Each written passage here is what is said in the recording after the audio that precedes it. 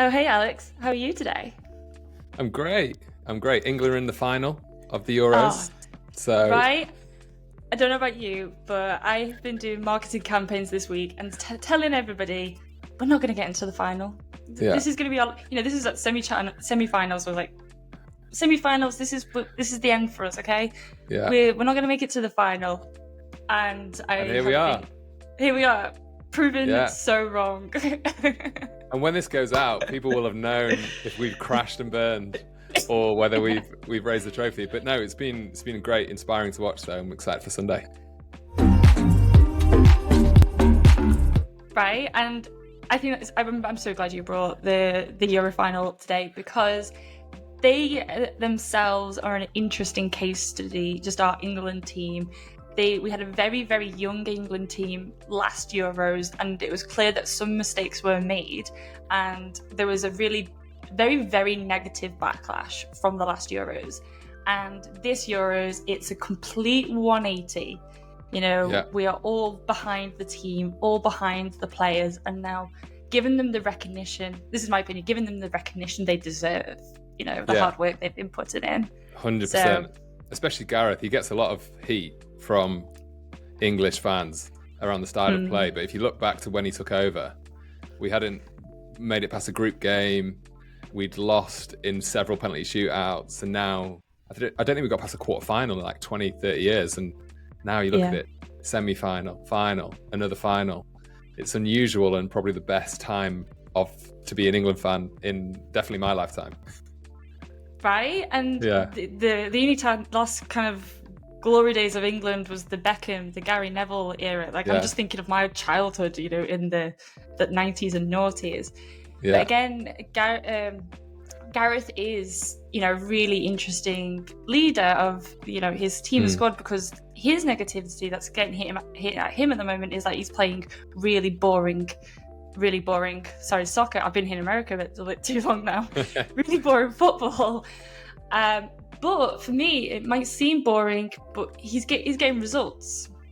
So Yeah. what is the best approach here?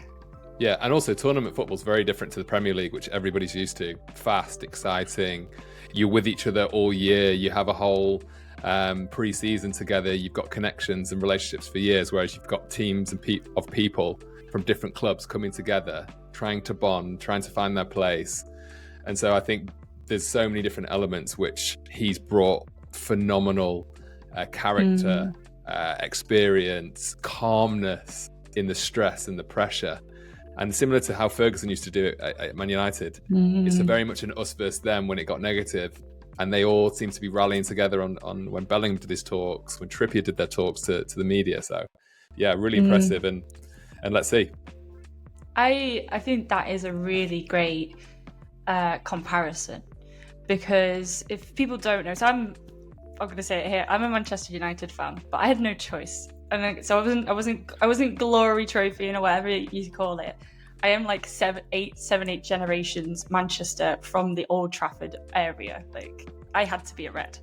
But the obviously what you're referring to is when Manchester United really wasn't doing well, and they were getting so much heat with David Beckham, making a huge mistake in, I can't remember which cup it was. Was it the World Cup? Yeah, when he kicked out. Yeah, when he against kicked out Portugal. in the World Cup. And Yeah. and he always had Alex Ferguson is an incredible leader in itself, very different in that we are one unit. We'll always stick together. We wear the same boots, we wear the same clothes, we'd have the same training schedule. Everybody is treated absolutely the same. And all of that methodology, it really came into power. It really came into play, I should say, when the times got tough. And it helped them as a team actually rise to I'm going to say legendary, because, everybody around the world knows Manchester United in that era. And that is, to my eyes, legendary status. Yeah. Like how you get a high-performing team. I'm glad we started with high-performing teams, because that's my favourite topic. You're probably going to get a lot of unsubscribes now that you've outed that you're a Man United fan. But I was going to say also, I've been watching Sprint on Netflix, which is phenomenal for those of you who haven't seen or heard it. It's on my list, so please tell me. I'm looking forward to this. It's so good. So it's going through the 100-meter, both male and female, behind the scenes, kind of like Drive to Survive-esque show. But the coach of Jamaica is the most successful coach of all time. He's been there for 20 years, all with Bolt and the success of both the male and the female teams. And they have a team-first coaching methodology where everybody trains together. It's at the MVP Academy.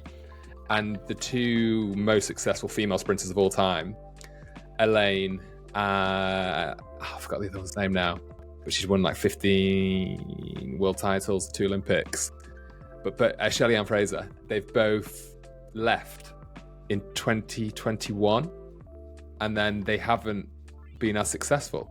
So then it really showcases the difference between star models, team models, and what you should focus on if you want to be consistently successful over years. And Alex Ferguson was exactly the same. As soon as Ronaldo or Beckham or one of the players got too big for the team, even though they had such brand equity and were valuable, they were let go. And I think you can really take a lot of learnings from that in business, especially when you're trying to build or scale a team. It's like if you don't have a team first ethos, that is one of the biggest killers I've seen of SMEs. And I love it. That's a beautiful segue to, let's introduce what we're going to be talking in the podcast. We've given now a little bit of a flavor and taste, and I really want to circle back to the football team. I want to talk about the All Blacks in rugby. We've got the Tour de France teams that's also not on Netflix if people want to go and see those references, and then the Jamaican sprint team. I think these are incredible case studies that businesses can be looking at to what they can be putting in their business. So Alex, what is it that you do, and why do you do it? I help companies, mainly founders of small to medium-sized companies, scale, whether that building the team, the offering, the internationalization.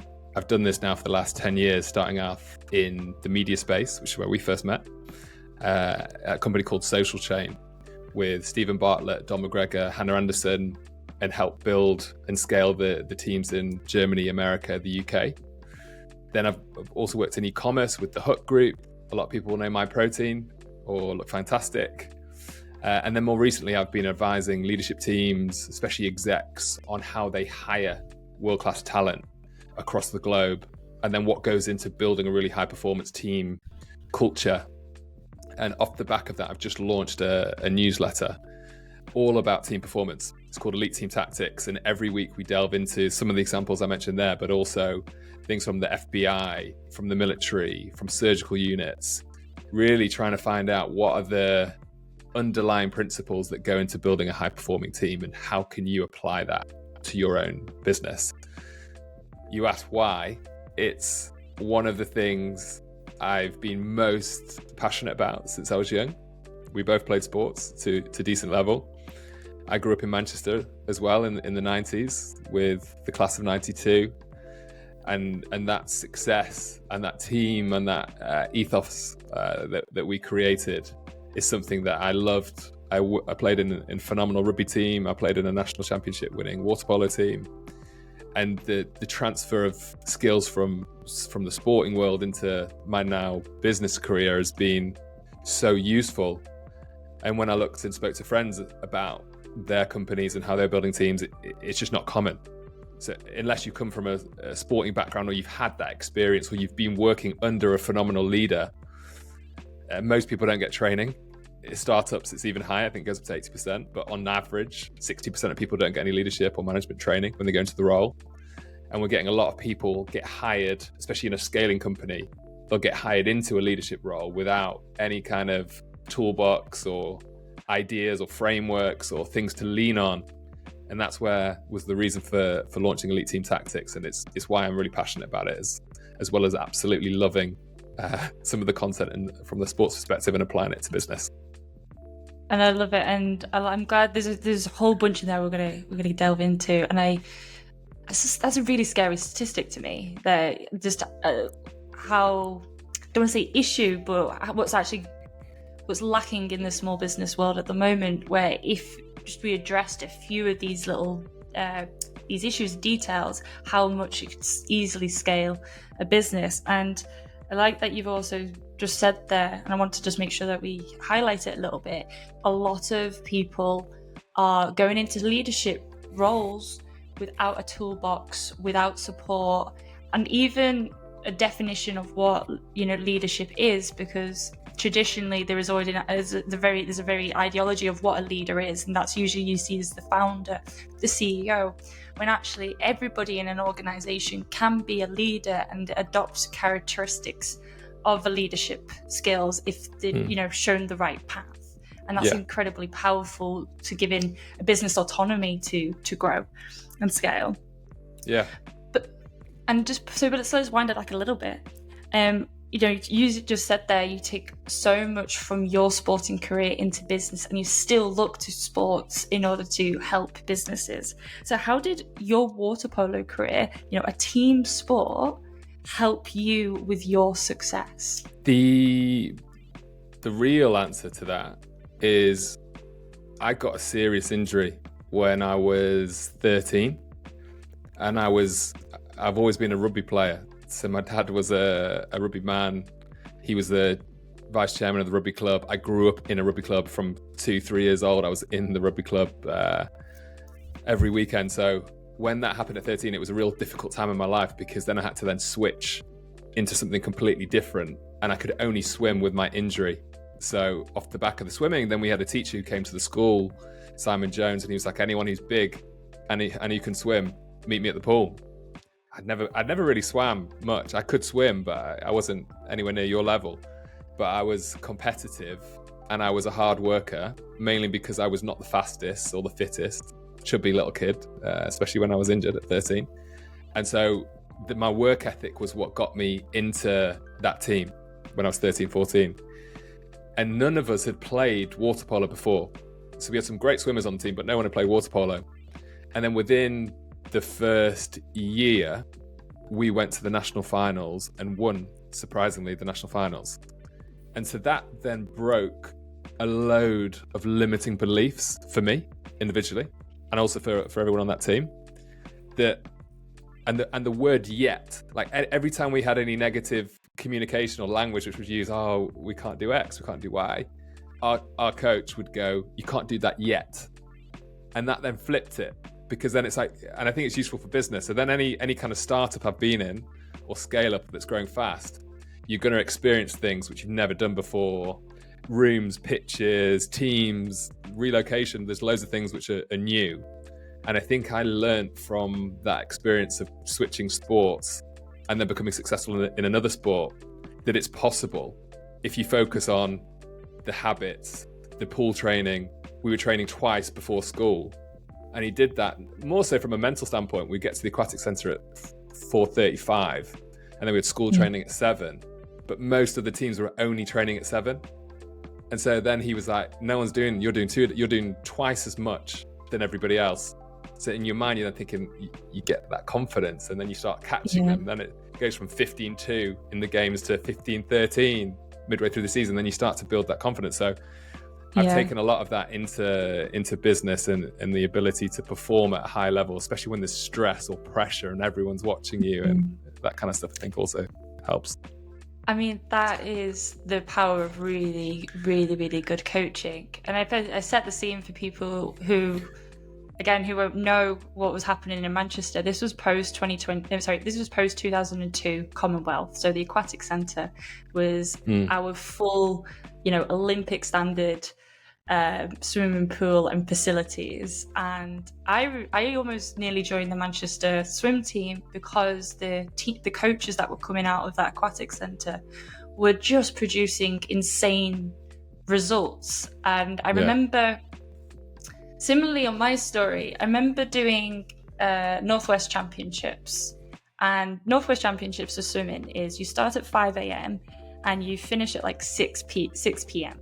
So you're there all day, and it's hot, it's loud, it's tiring, you're racing, and you do that for 2 days. And when you're in your teens as well, when you've got hormones flying around and GCSEs and stuff, it is a lot. And I remember getting to the end of the competition on the Sunday, and the Manchester swim team were about to kick off a training session. So they'd done one of the best competitions they've done for 2 days, and now they're going to do 2 hours of training in the pool. Yeah. And I asked my coach, and I was like, I don't understand this. Why? Surely that's your recovery is going to be rubbish, that it's not going to be great. And that's exactly what my coach said. He was like, they're not going to gain any performance, stuff from that training session. But they did 2 things that day. One, they made a statement to every other club in the local area to say why we are better than them. And also it was a second of their mental toughness to go and do that training session and do it to the best of their ability, even if it's not going to be great performance wise. Was like, this is a mental toughness. Like, can they do it? And funnily enough, those girls are all now multi-medalists at the Commonwealth and Olympics. The particularly 3 girls I used to race against and be very on par with, I can see why they did better than me. I can see it now and get it. And it compounds, right? So you take those 3 girls, if they're doing that every week or every day or every other day, that compounds. You get compound gains from doing that over time. Kobe Bryant, he's on my wall here, like constant reminder. He used to say that all the time. He trained 4 times a day, and everyone else in the NBA would train 2 times, maybe 3 times max. And on the USA documentary, I think it's called The Redeem Team on Netflix, there's a clip which is hilarious when the 2 other players come down for breakfast, and he walks into breakfast with them, but he's fully in his kit, and it's like 6:30 a.m.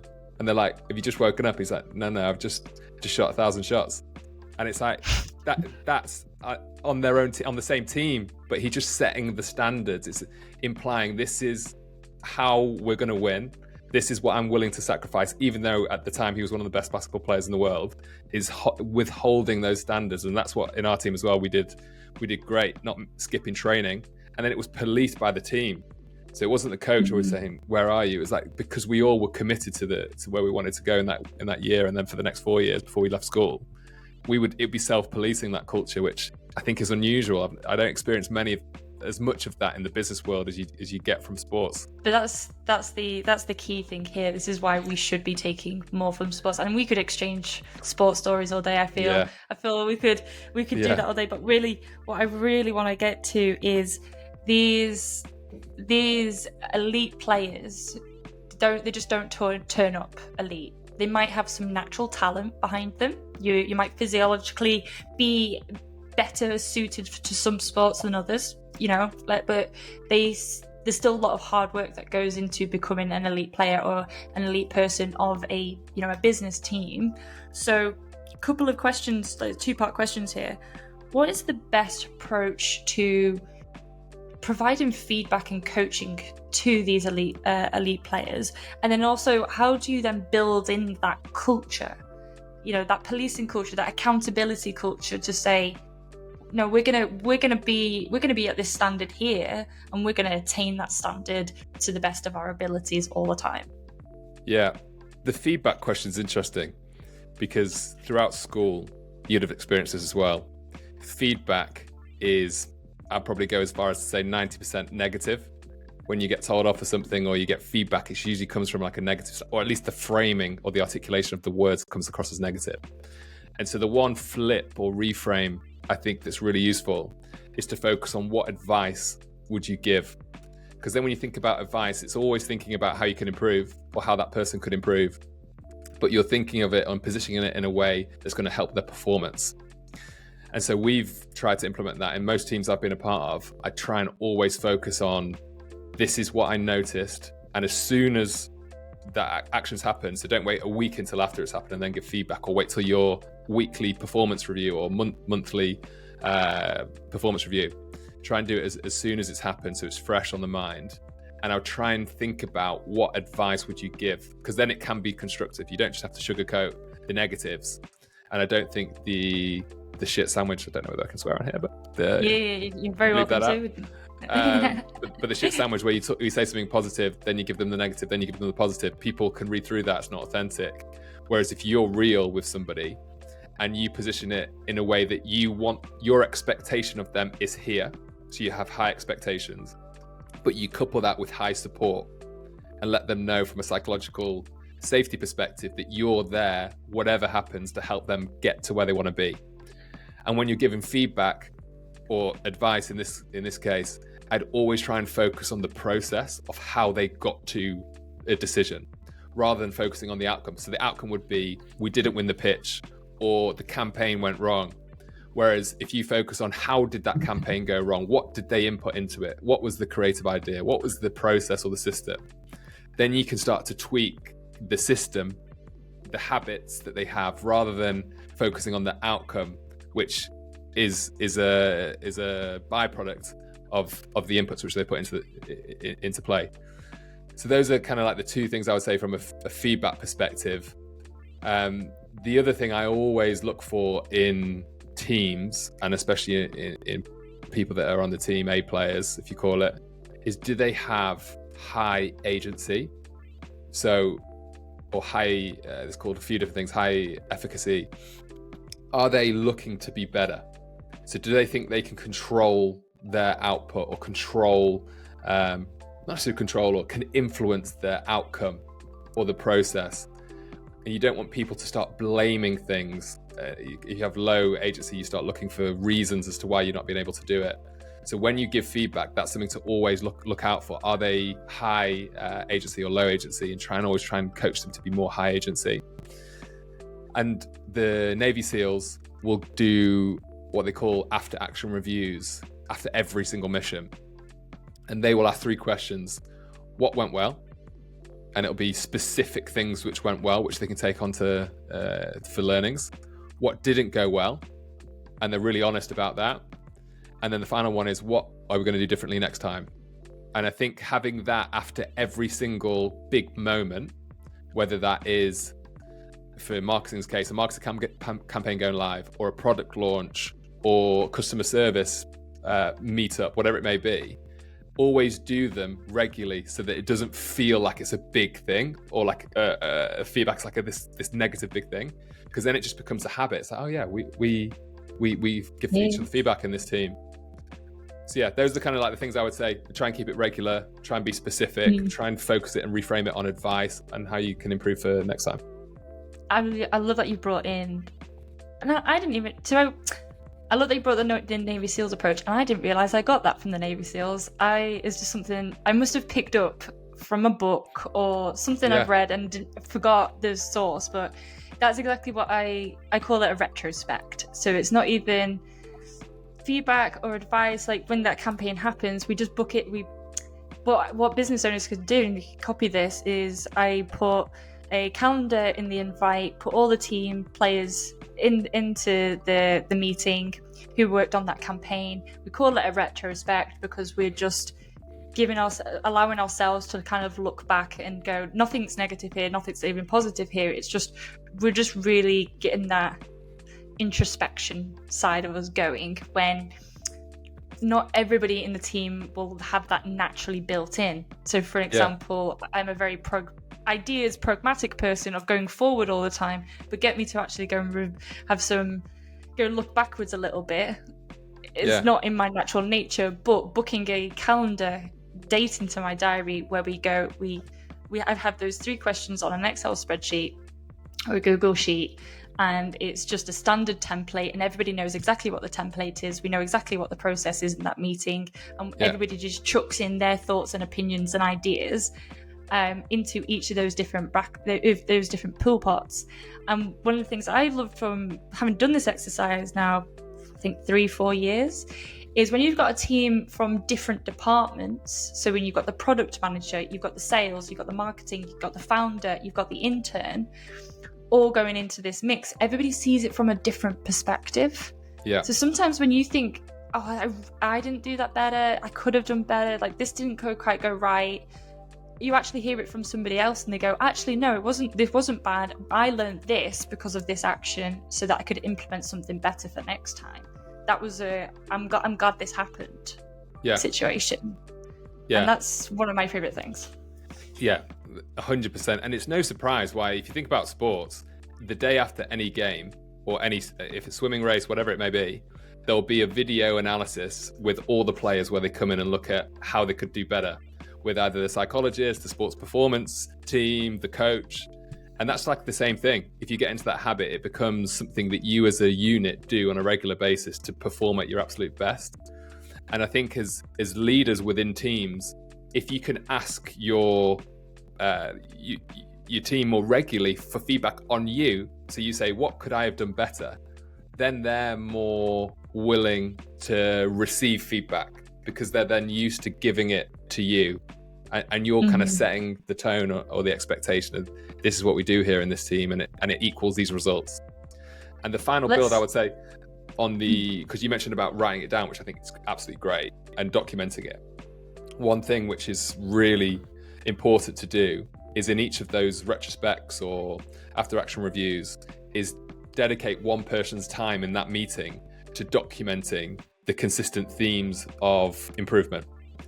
And every single time you do one, I switch the person that's responsible for that. And their goal is to not just document it, but then they add it to a master doc.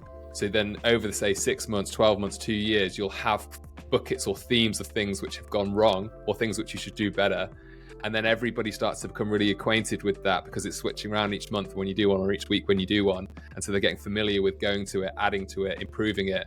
And then what we do before any big meeting or big moment is look at that before going into it. So you almost do like a pre review so that you know that you're not going to make the same mistakes again. And it's like almost like a checklist of things as well to check through. I love that. That just feels like, you're taking something really, really good then just to elevate it. Because I'm a big fan of SOPs, QMSs, what is just putting some operation standard procedures in the business that aren't rigid. Because there's a lot of people, that's the other trap you can fall into, just go like, this is the process we're going to do, you must do it this way. Yeah. And that's not really conducive of innovation. But this process goes, right, we've learned this, we've improved on this is why we're doing it. This is how we can almost inform our innovation to continue our growth, essentially. So now we're going to turn on to a little bit of the hiring process here, because now we've been talking about when we've already hired our A players or the right people for the right jobs, but we haven't actually talked about how we go and find those people.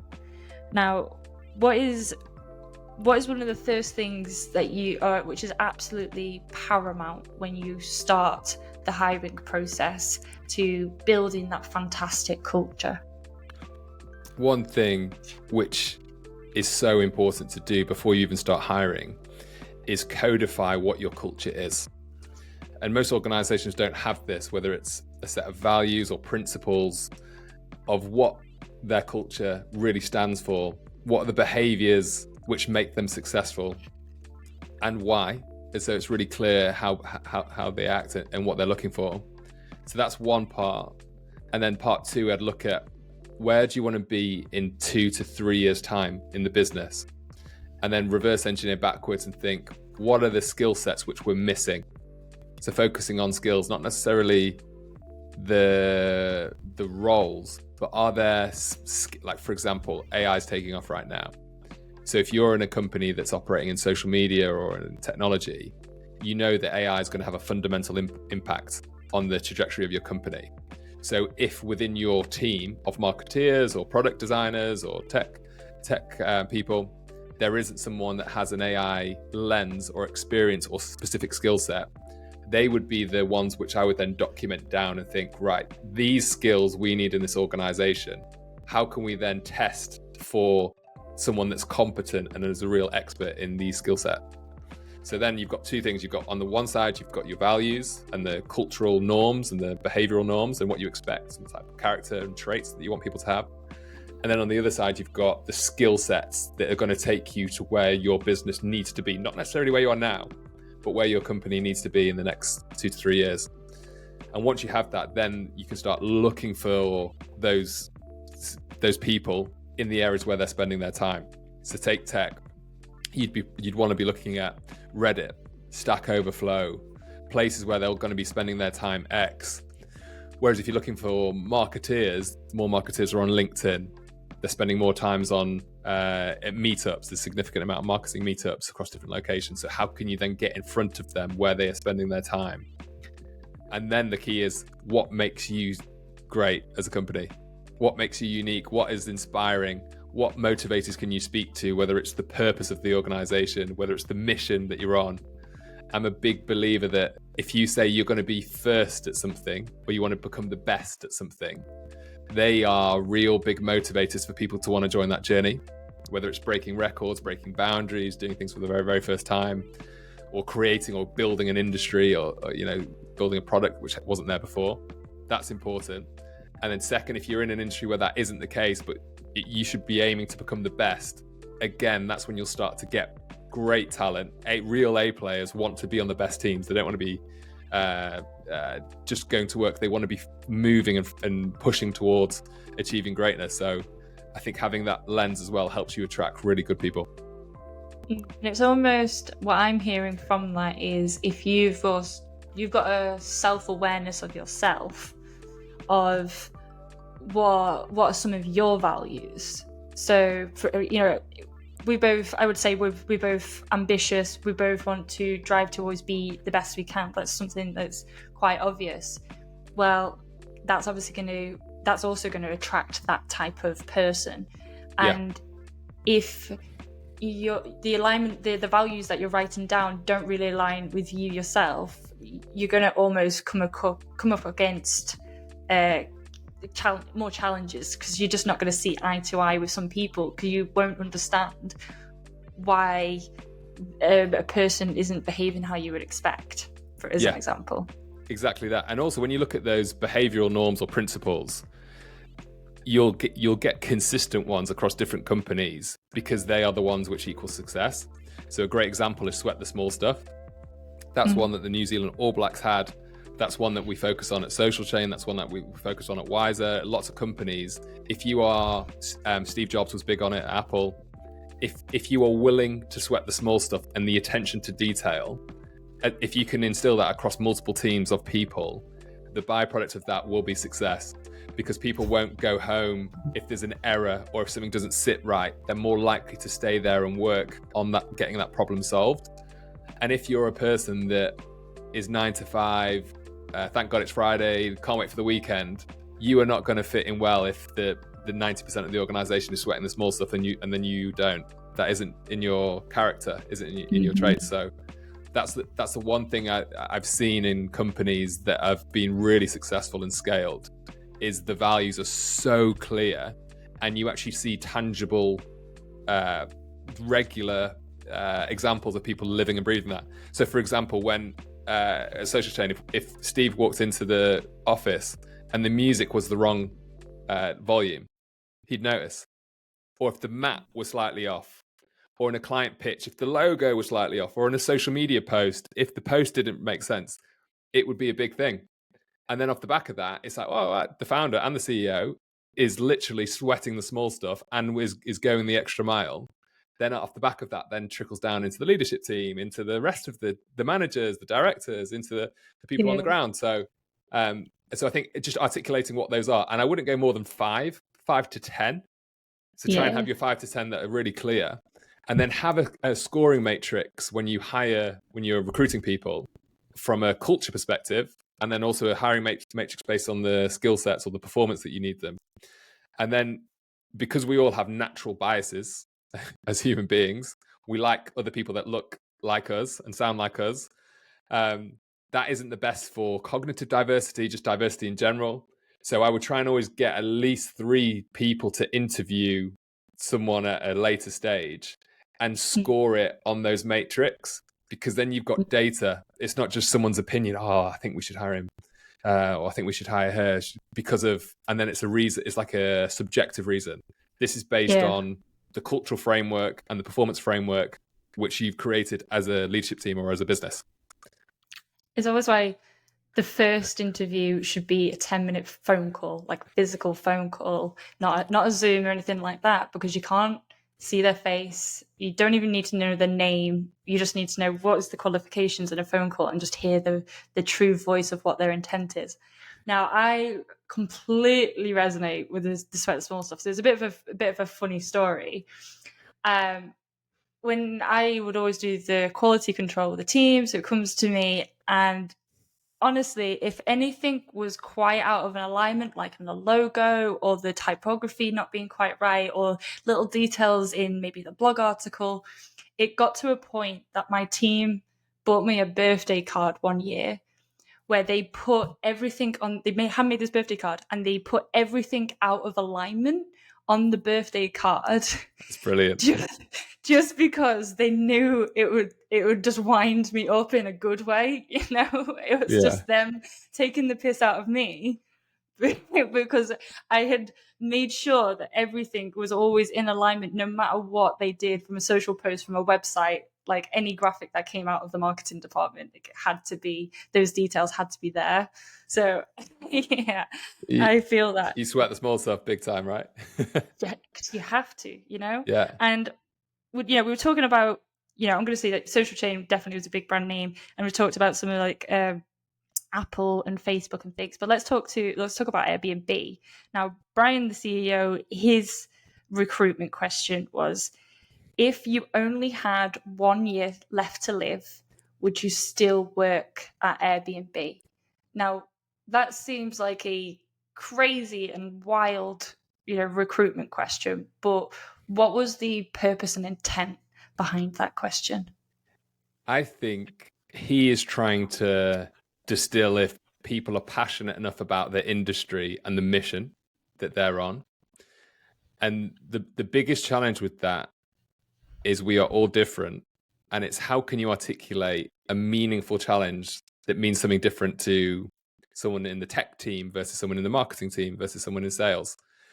That's where your employer brand needs to flex in order to speak to those different audiences.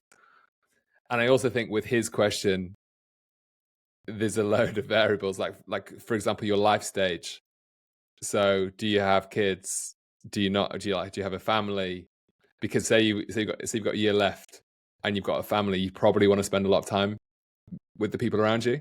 Whereas, not saying that you wouldn't still want to see your friends and family if you didn't, but I would say that's probably less of a consideration to have. So it's a good question. It's very like his content. He pushes the buttons just to see the reaction. And I think it's also an important question to ask everybody. So anyone that's listening to this, is the problem which you're trying to solve in the market or in the industry inspiring or motivating or exciting enough for the team to want to achieve it? And that is a great question. I talked about that on last week's newsletter. What achievements would make your team really excited? Because when you have that positive emotion of excitement, that drives team engagement, that improves hiring, that improves retention, it improves so many different areas of your business. And often it's the framing. It doesn't necessarily have to be, you might not be in a sexy industry. It could be in, steel or oil, but it could be you trying to get the world oil free by 2040.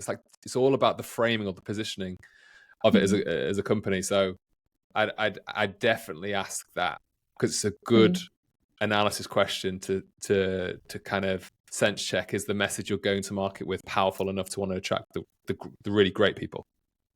And I love what you said there at the start. It's the parallel for me is when you have actors who are media trained and the interviewer is trying to get to the core, sensational questions. He's got to cut through the media training. Brian's also trying to cut through your interview prep, any facade that you might be putting on because you want to get the job. Because it's such an outrageous question, it almost pushes them to be a bit more authentic. And if they're more authentic, he can get a better picture of who that person is. Yeah. Now, the final thing on that one, I would say there's usually 4 big intrinsic motivators for people. One of them is that purpose, a real reason why you're getting up every day and going to work. The second is a sense of belonging and connection. We're human beings. We want to connect with others. And the biggest reason why people stay at a job is because of their work bestie. And the biggest reason they'll leave is because of their boss. It's usually if you don't feel like you belong, you'll start to then look elsewhere. So again, that's the second one to always think about when you're building. And then the final two are kind of related to the people. So do they have a sense of autonomy? Can they make changes? You mentioned it earlier about the rigid systems. If someone's working and they don't feel like they can improve anything or change anything, and there's no innovation, that's often a blocker, and it's the reason why people will leave the company or not want to join. And then the final one is all around your competence or your mastery of a skill.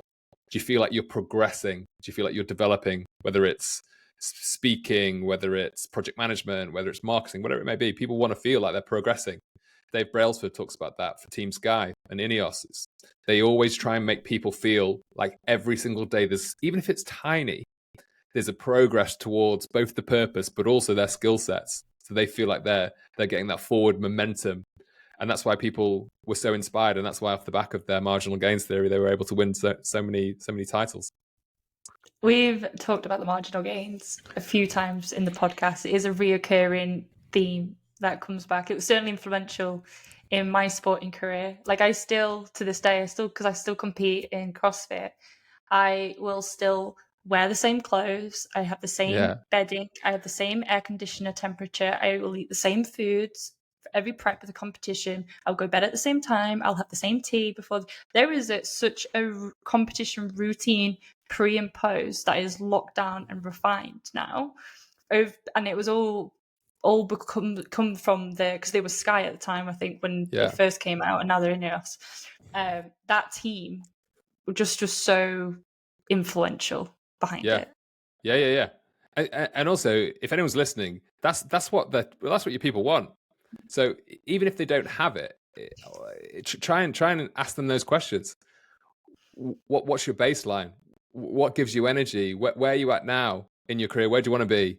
And then try and get them to articulate their own level of wherever they're at from a mastery perspective. And then you as their coach can then work with them to improve each week, each month, each quarter, each year. And they then see that it flips the relationship from boss to employee. It's team member to coach, and you're almost coaching them, and then you're celebrating and the wins and the little bits of progress. And even if the big win's not coming, if they're making progress and all the inputs, like we talked about earlier, and the little things like the going to bed on time, the attention to detail on the emails, no mistakes, their pitching quality is much better, how they speak about the service lines. And then you praise them on those things, not the winning of the pitch or not the execution of the campaign at the very, very end. That's how you start to build those relationships. And that relationship you have with your boss, like I mentioned earlier, is one of the most powerful things that will keep someone at an organization. Now, because we're kind of now drawing towards the end of the podcast, but there's one very last question I would love to ask you, because you were, Social Chain. This is what we're going to go to. Social Chain was an absolute, phenomenon of. So now, do correct me if I've got my history wrong here, but you were a team of friends who had big social media channels behind you that came together to grow an incredible marketing agency, that to work on then huge big campaigns based out of Manchester. And you went through an incredible high growth scale up. Am I right in my facts? It's correct. Yeah. What is that like when you have such an influx of people coming into the business and being able to manage their leadership, manage their training, manage the culture, manage kind of everything? I know there was quite a lot of you as a group to do all of this work, but what was that like as an experience? And then what was the one lesson that you learned from that experience? It was exhilarating. And by no means were we perfect. We made a lot of mistakes. 100%. We were in our 20s, all of us in our young, early 20s. And it took off. Yeah, we went quickly from small team in Manchester, year 1, year 2, 100 people. We then started to expand into international markets in Germany, and then we went to America in the same year. So that, I would say, is the biggest learning from that process, is don't take your eye off the ball. We tried to do too many things at once. We had that shiny, what's it called, magpie syndrome? Yeah, the magpie syndrome. Yeah, where the business was doing really well in the UK. We had a strong brand.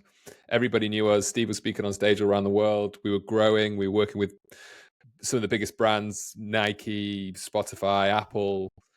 And then we went to one international market. And so then some of us had to go there, started setting up the team, the infrastructure, different language. It was where our investors were headquartered. And then because there was a big opportunity in America where you're at now, we also then launched there probably within 6 months. And we spread ourselves way too thin. And then we started to lose some of the specialness from a cultural standpoint because we were traveling all around the world. The focus was on different things. And so I would say that is the biggest thing, is if you want to retain your culture and the specialness of why people join, is saying no more and doubling down on what you're great at. And we were great at social media. Never mind 100%. building tech products. We were the best I think I've ever seen. Some of the people in our content team were some of the best creators I've ever worked with. You guys yourselves are a case study, because I haven't seen someone who's quite addicted to following marketing and other marketeers and what's happening. I haven't seen anything else like it. It's so unique in that journey that you guys went through. Yeah, and it was amazing. Honestly, it was amazing. It taught me a hell of a lot. I owe a lot of where I'm at now to that journey and the learnings that I had. But I would say, yeah, that's the biggest one. I'd say the things that we did right, every time we pitched, we told a story. So it was about how the pages were created, how Wallpark was created, how we made trends, things go viral in less than half an hour. And people were kind of addicted to that story, which started to get traction and presence. So when you're thinking about your own company, think about what is the uniqueness or the talkability factor. Why would someone share this story? And you might not have it right now, but there'll be something about your service offering that you can make talkable. Like there was a company called Will It Blend. They were like a blend tech, because the company is a blending company. And they started a YouTube series where they would ask their audience what they should put in the blender. And first off, it was like an iPhone. Then it was a diamond wedding ring. And then off the back of that, the blend is so boring. Like, you think about the product, but like everybody then wanted to see, would this product blend this item, which also got across the product benefits and how good the product was. It didn't break, but it had talkability. Yeah, it had like a talkability element. So what is your talkability element? That's the biggest thing which made us spread. And then the second thing is culture and people and team and standards. Like I said about the sweat and the small stuff, we were the first in the office, last to leave. We lived and breathed it. We would talk about it, social, marketing, psychology, all day, all night. And I always think about life in stages. At that stage, no one was married, no one had kids. So we were young. So you could obsess about it. And we were probably obsessive, which made us successful because we were spending so much time in comparison to everybody else in the social world, and we lived and breathed it. So that's something, again, which is a big USP, but also a learning, because once you leave that bubble, you can struggle if that's your entire life. If you don't have a third space or a CrossFit, like you mentioned, or swimming, or you've not spoken to friends, or you've not seen your parents, you need balance. Yeah. Any high performer needs balance. And we often didn't have that. And Steve has mentioned it. I've mentioned it. Dom's mentioned it about that's something that we've all struggled with because it was so intense. Now I'll have to go point out a couple of podcasts we've spoke about this, of what is balanced. And it's a common theme I've always noticed with the best of the best. It is that it's an unhinged balance. There's no balance, basically, to be the best of the best. And it's almost obsessive to maintain that level. And the question you always have to ask yourself is, where does that fit in with my values and where I want to spend my time? Like, if you want to be let's say the Elon Musk, who is he has been known to be that obsessive person who his whole life is his businesses, he's going to spend the majority of his time there and very little like on the family life or the friend life or the social life. Now, it's a decision I made from sporting career that actually I would rather be less successful and have memories and quality time with my husband, with my friends, with CrossFit, and almost go on a longer marathon. I'd rather take that success on a longer game over decades than necessarily having this very intense, successful burst now, which I would put 100% of my time into it and neglect everything else. That makes sense? Yeah. It's so important to ask yourself that question, because we often don't. You'll see Elon or Steve Jobs and all these greats, and you won't see the sacrifice that they've made, and it was sometimes as an unintentional sacrifice. Like if you look at Steve Jobs and some of the things that people said about him, he wasn't very liked within the teams, even at Apple. That was probably one of the reasons why he got let go, and he did the Pixar thing halfway through. And you think about Elon, several wives, not spending much time with his kids. It's like, is that how you want to be remembered? Is a good way to think about it. And does it align with your values, like you said? And then the final one, I think it's often overlooked and under-repped, is what gives you energy. So could it be this, like podcasting, speaking to people? This is for my wife. She's a natural introvert, so speaking to lots of people will drain her social battery. Whereas I actually finish a networking event or speak, and I'm like I'm fully charged. So it's like it's like a high, it's like a natural high where you're just buzzing and just like, I've had water and that's it. Yeah. So it's like understanding what gives you energy and just being like really honest with yourself. And what are the activities? Have a look at your diary, go through last week, and just color coordinate. Green if they gave me loads of energy, amber if it was like in the middle, and then red if it drained your energy. So, and then like have a look at how your week is, especially if you've got recurring meetings, and then see, right, God, there's a load of reds here. Can I like bucket them if I have to do them?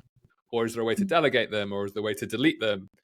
And then if it's greens, it's like, how can you get more greens in your day, especially around if you're a morning person or an afternoon person or an evening person. It's like, well, make sure that if you're not a morning person, you've got some greens in there to kind of lift you. And I think that's not talked about. And that's why people like an Elon, I imagine, can do what they do for 100 hours a week, because the tasks which they're doing give them energy and excite them, and they're curious about them. They won't be doing a lot of the red tasks on a regular basis because you just can't physically do that as a human. And I agree. And I think that when people are always looking for the secret of motivation, it's actually, no, if you sit in that energy flow of the green energy flow, as you put it, you can spend 10, 15, 16 hours and it will fly by. It will just fly by. And before you know it, it's like, wow, I did all of this work and I don't even feel doesn't feel like work. Tired. Doesn't feel like work. Exactly. This is what we say when you never live a work a day in your life. No, you're going to be working really, really hard, but you won't feel like it's working really hard because you're just in this sweet energy flow. And that's it. If you've never felt it or understand it, go and watch the Pixar film. What's it called now? There's a Pixar film, and people might have to kind of guess the film from what I'm saying about it. But Soul, that's it. Soul, the one that's based in New York with with all the jazz. They do a great example of what energy state looks like in a super fun way, and that's a nice way we've like looped Pixar in. Love that. I've not seen that, but I want to see it. I saw it advertised. It looks great. Go watch it. Report back to me and let you know. So on that note, I think this is a really great place to end. There's been a ton of things that people can get insights for and action straight away, and that's what we want. Now, if people want to get in contact with you, Alex, where's the best place to find you? Where is the best place to get all this great info from you? Thanks very much. Love today. Really, really love today. So I am predominantly on LinkedIn, Alex Ayin, Ayin. And then if you want the weekly insights, it's eliteteamtactics.com. So eliteteamtactics.com. And we send that out every Sunday.